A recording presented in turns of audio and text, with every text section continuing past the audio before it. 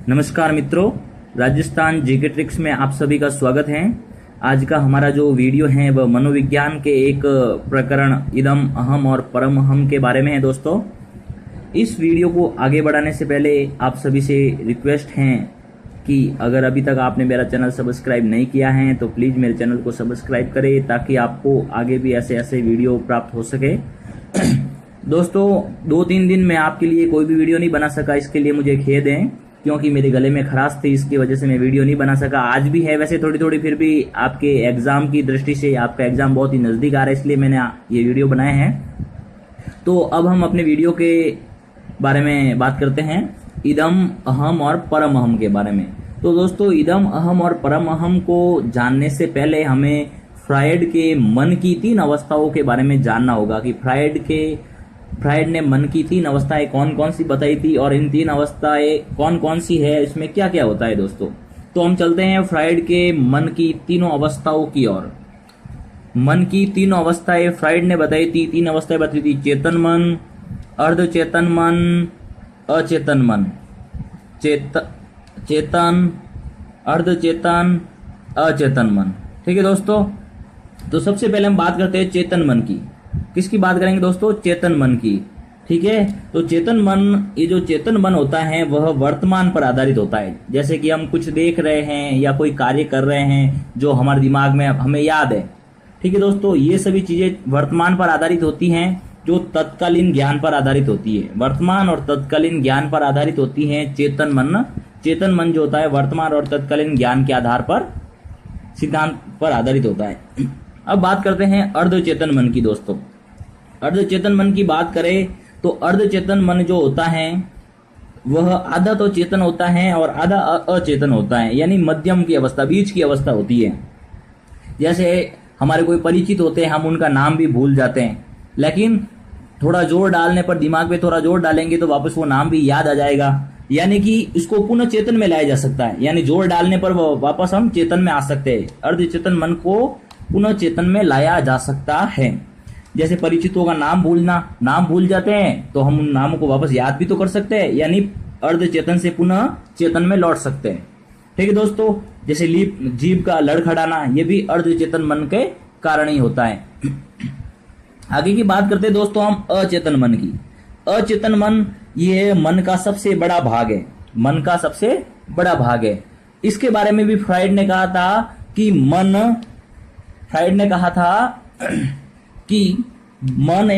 एक बर्फ का पहाड़ है। मन क्या है? एक बर्फ का पहाड़ है जो पानी में तैर रहा है।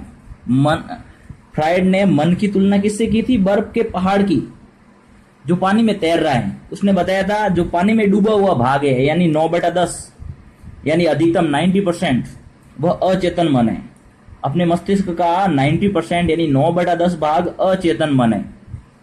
पानी के ऊपर वाला भाग यानी 1/10वां भाग यानी 10%, वह है 10% है चेतन मन। सॉरी दोस्तों, पानी के ऊपर का भाग 10% यानी 1/10 भाग चेतन मन है। कौन सा है? चेतन मन।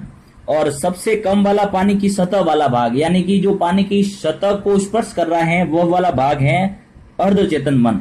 यानी कि सबसे बड़ा अचेतन, उससे छोटा चेतन और सबसे छोटा वाला अर्धचेतन मन। तो हम बात करते हैं अचेतन मन की। अचेतन मन है वह मन का सबसे बड़ा भाग है, यानी 90% जो है अर्धचेतन मन होता, अचेतन मन होता है। सॉरी दोस्तों, 90% भाग जो है अचेतन मन होता है। इस अचेतन मन के अंदर क्या होता है वो देखेंगे। व्यक्ति की अहम और पराहम द्वारा जो भी इच्छाएं, जिन भी इच्छाओं का दमन कर लिया जाता है, यानी जो भी इच्छाएं अधूरी रह जाती हैं, उन इच्छाओं को अचेतन मन के अंदर धकेल दिया जाता है। यानी व्यक्ति की कोई इच्छा है, उसको अहम या परम अहम ने दमित कर लिया, यानी उसको कह दिया भाई अभी तेरी इच्छा पूरी नहीं करनी है, ये सही नहीं है, तो वह इच्छा कहाँ चली जाएगी? अचेतन मन में चली जाएगी। और दोस्तों, अचेतन मन को काम शक्ति का भंडार गृह भी कहते हैं। काम शक्ति का भंडार गृह जो होता है अचेतन मन को कहते हैं, क्योंकि काम वासना जितनी भी होती है, काम शक्ति जितनी भी होती है, वह अचेतन मन के अंदर विद्यमान रहती है दोस्तों। और एक बात दोस्तों, इसको पुनः चेतन में नहीं लाया जा सकता। जैसे हम अर्धचेतन को पुनः चेतन में ला सकते थे, लेकिन चेतन मन के अंदर जो भी बात चली गई है उसको हम अचेतन मन के अंदर जो भी बात चली गई है दोस्तों उसको पुनः चेतन में नहीं लाया जा सकता है। तो ये हो गई फ्राइड के अनुसार मन की 3 अवस्थाएं, चेतन, अर्धचेतन और अचेतन मन। ठीक है दोस्तों, अब हम चलते हैं व्यक्ति की 3 स्थितियां, व्यक्तित्व की 3 स्थितियां। इसमें अहम, परम अहम और इदम, तीनों स्थितियां आएगी। तो सबसे पहले हम लेते हैं इदम को, इसको आईडी कहते हैं, इदम यानी आईडी। ये जो इदम होती है ये पशुता पर आधारित होती है दोस्तों। जैसे एक पशु होता है ना, उसी तरह पशुता पर आधारित, यानी इसके अंदर न तो नैतिकता होती है न ही आदर्शवादिता होती है। ये तो बस चाहती हैं इदम कि मेरी जितनी भी इच्छा है वो उनकी पूर्ति होनी चाहिए, जितनी जल्दी हो सके उनकी पूर्ति होनी चाहिए, यानी इच्छाओं की तात्कालिक संतुष्टि इदम चाहता है। ये इच्छाओं की जननी भी है। जो भी हमारे मन में इच्छा जागृत होती है वह इच्छा जागृत होती है इदम के कारण। किसके कारण होती है दोस्तों? इदम के कारण। इच्छाओं की जननी किसे कहा गया? इदम को। यानी जितने भी इच्छा जागृत होगी वह इदम के कारण होगी। और पहले भी बताया मैंने दोस्तों, ये पशुता पर आधारित है, यानी पशुता पर आधारित होने के कारण इसको उचित और अनुचित का ज्ञान नहीं रहता है, ज्ञान नहीं रहता है। ये उचित है, कोई कार्य उचित है या अनुचित है, इसको ज्ञान नहीं रहता है। ठीक है, इदम को उचित अनुचित का ज्ञान नहीं रहता है। और आनंद के सिद्धांत पर आधारित है। ये किसके सिद्धांत पर आधारित है? आनंद के सिद्धांत पर। यानी ये चाहता मुझे आनंद मिलना चाहिए। मन की जो इदम वाली अवस्था है, इदम क्या चाहता है कि मुझे आनंद मिलना चाहिए, बाकी कुछ भी हो, बाकी कुछ भी करे लेकिन मुझे आनंद मिलना चाहिए, चाहे उचित तरीके से मिले या अनुचित से, मुझे कोई मतलब नहीं। उचित अनुचित से कोई मतलब नहीं है, सिद्धांतों से कोई मतलब नहीं है, नैतिकता से कोई मतलब नहीं है, मुझे तो आनंद चाहिए। और आनंद भी कब चाहिए? हाथों हाथ, तत्काल, यानी जितनी भी इच्छा है उसकी तत्काल संतुष्टि होनी चाहिए, ये इदम कहता है। आगे हम बात करते हैं अहम की, जिसको हम कहते हैं ईगो। अहम की बात करें दोस्तों तो ईगो, तो ये ईगो है दोस्तों, वो वास्तविकता के सिद्धांत पर आधारित है। किस पर? वास्तविकता के सिद्धांत पर आधारित है।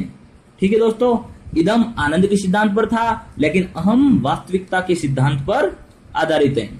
ठीक है दोस्तों, और ये अहम क्या होता है? इदम का जो भी व्यवहार है, इदम के द्वारा जो भी व्यवहार किया जाता है उस व्यवहार को ये नियंत्रण में लाता है। यदि इदम के व्यवहार पर नियंत्रण स्थापित करने का कार्य कौन करता है? अहम। इदम जो भी गलतियां करता है या कोई भी कार्य करता है तो उसको नियंत्रित करने का कार्य अहम द्वारा किया जाता है कि भाई तू ये गलती कर रहा है, इसको रोक दो। और यहाँ पे जो भी गलती करी उसको नियंत्रण में करके फिर बाद में कहाँ भेज देता है? वह अचेतन मन में भेज देता है। अहम भी भेजता है और परम अहम भी भेजता है। ठीक है दोस्तों, तो हम अब अहम की बात करें तो अहम के बारे में देखेंगे। तो इदम का जो भी व्यवहार है, जो गलत व्यवहार है, उसके ऊपर नियंत्रण स्थापित करके उसको अचेतन मन के अंदर ट्रांसफर कर लेता था। वो काम किसका होता है? अहम का। आगे होता है इच्छाओं तथा वास्तविकता के मध्य का संतुलन। यानी इच्छाएं किसकी हैं? इदम की, और वास्तविकता किसकी है? अहम की।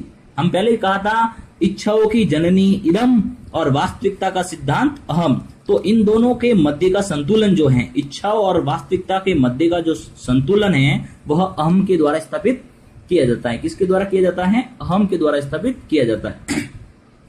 आगे हम बात करते हैं दोस्तों परम अहम की। किसकी बात करेंगे दोस्तों? परम अहम की बात करें, इसको हम कहते हैं सुपर ईगो। सुपर ईगो, परम अहम यानी सुपर ईगो। इसका विकास सबसे अंत में होता है, सबसे देर में इसका विकास होता है। ठीक है दोस्तों, और ये परम अहम है वह आदर्शवादी तथा नैतिकता का सिद्धांत है। यानी आदर्शवादी और नैतिकता के सिद्धांत पर आधारित है। जितने भी आदर्शवादिता है या नैतिक आचरण है वह परम अहम के कारण होते हैं। जैसे हमने कोई गलती कर ली, मान लो हमने कोई गलती कर ली और उस गलती पर हमें फिर बाद में जो भी पछतावा होता है, वह पछतावा वह है परम अहम के कारण ही होता है। क्योंकि ये नैतिक, आदर्शवादी और नैतिकता के सिद्धांत पर आधारित है। ये हमें रियलाइज कराता है कि आपने ये गलती की है, इसलिए आपको पछताना होगा। तो वो परम अहम क्या करता है? पछतावे की भावना को उजागर करता है। यानी हमने जो भी गलती की है उससे हमें जो पछतावा होता है वह परम अहम के कारण होता है। ठीक है दोस्तों, ये तो थी हमारी इदम, अहम और परम अहम, इन तीनों की बातें, व्यक्तित्व की तीनों स्थितियों के बारे में। तो दोस्तों आपको ये मेरा वीडियो कैसा लगा प्लीज कमेंट करिए। अगर आपको मेरा वीडियो पसंद आता है तो प्लीज इसको लाइक करिए, और अभी तक आपने मेरा चैनल सब्सक्राइब नहीं किया है तो प्लीज मेरे चैनल को सब्सक्राइब करना ना भूले, ताकि आपको और भी वीडियो अपडेट्स आगे भी मिलती रहे। और दोस्तों सब्सक्राइब के साथ साथ पास में एक बेल दिखाई देगी घंटी, उसके ऊपर क्लिक करना नहीं ना भूले, क्योंकि अगर वह घंटी के ऊपर आप क्लिक करेंगे तो मेरी वीडियो की अपडेट सबसे पहले आपके पास पहुंचेगी। तो दोस्तों please subscribe and hit on bell. धन्यवाद दोस्तों।